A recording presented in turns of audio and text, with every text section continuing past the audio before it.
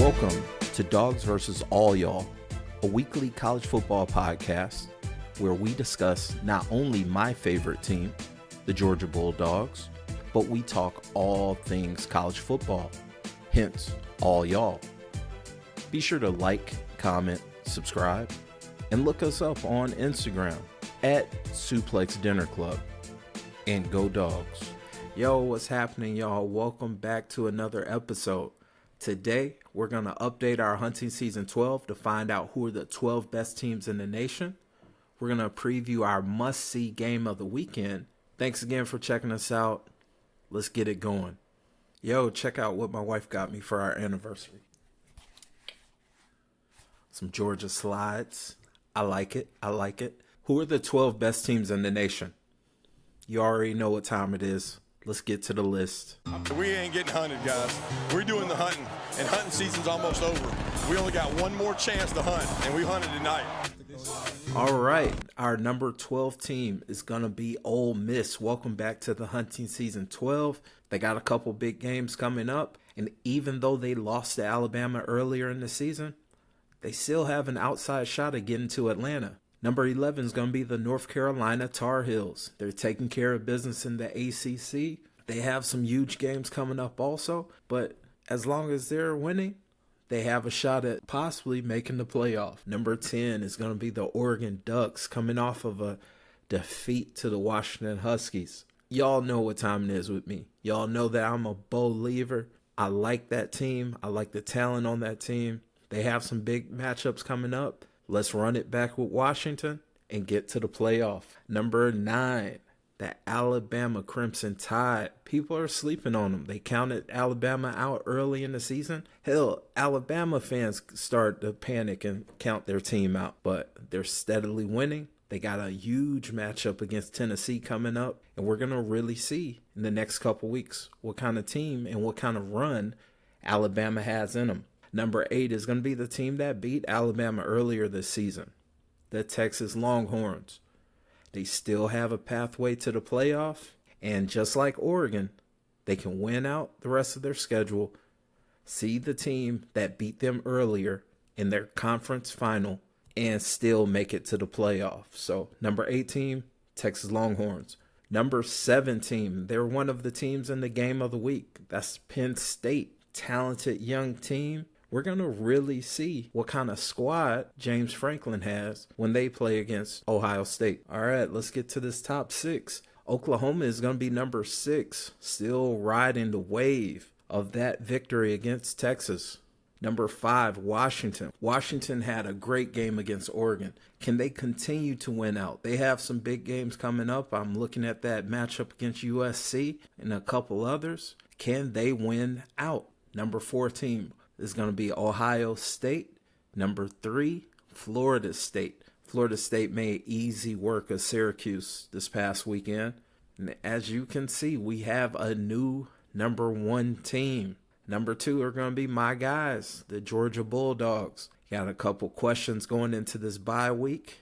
Can they rebound from the injury of the best player, not only on their team, but one of the best players in the nation, in Brock Bowers? Next week is going to be very telling when we play against our rivals, the Florida Gators.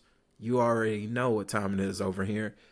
You know I'm looking forward to that one. And the new number 1 team, the Michigan Wolverines. I get it. I'm a Georgia fan. I'm a diehard Georgia Bulldog fan. It hurt my heart to move my guys to number 2. But Michigan, from the first week of the season until now, they have not only beat teams, but they've dominated teams. This says something about the confidence of that team. They're beating their opponents through all 3 phases of the game. Just like previous seasons, their defense is awesome. They're shutting guys out, shutting them down. Offense is looking even better. Even though JJ has had a couple on and off games, he's still one of the best quarterbacks in that conference. Is this going to be the Michigan team that breaks through the glass ceiling and ends the season as the national champion? We shall see. So what do y'all think? Should Michigan be the new number 1? Or should I have kept the Bulldogs as the number 1 team in the nation? Let me know down below. If you haven't already, look us up on socials at SuplexDinnerClub.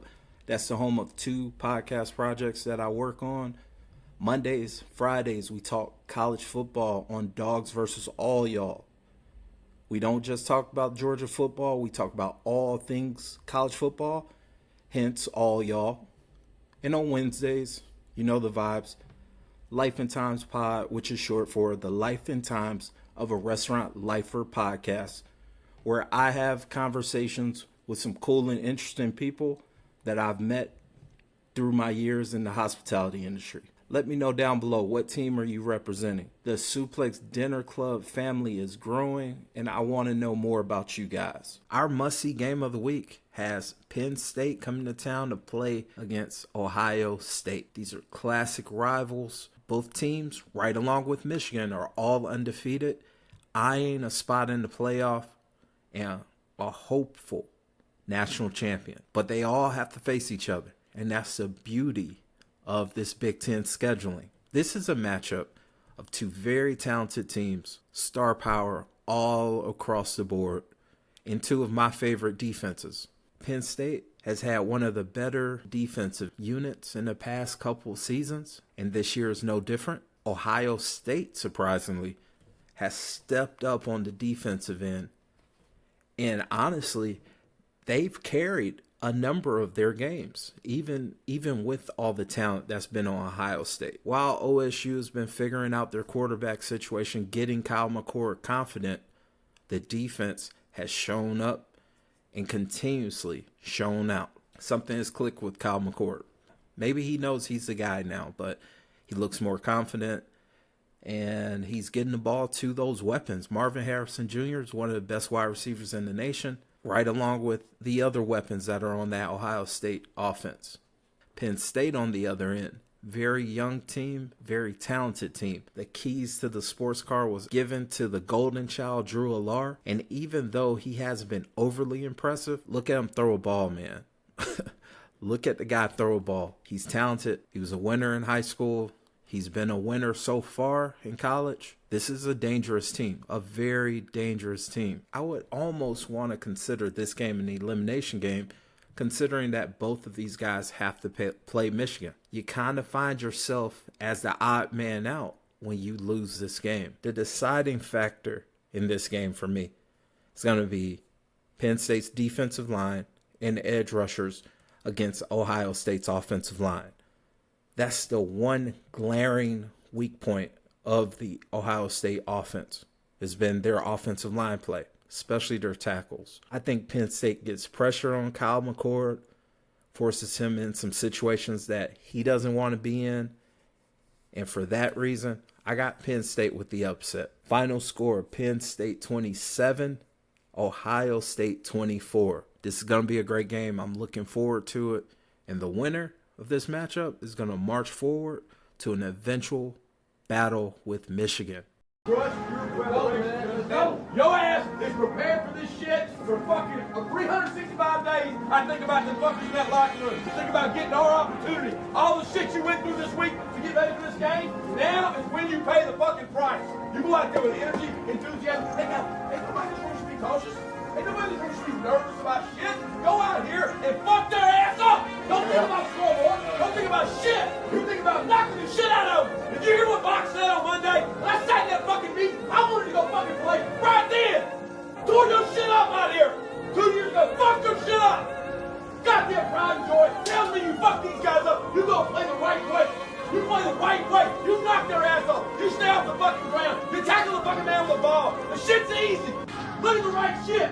Punish their ass on offense and kick their ass on special teams, guys. It's about who the fuck we are. I believe in you. Let's go.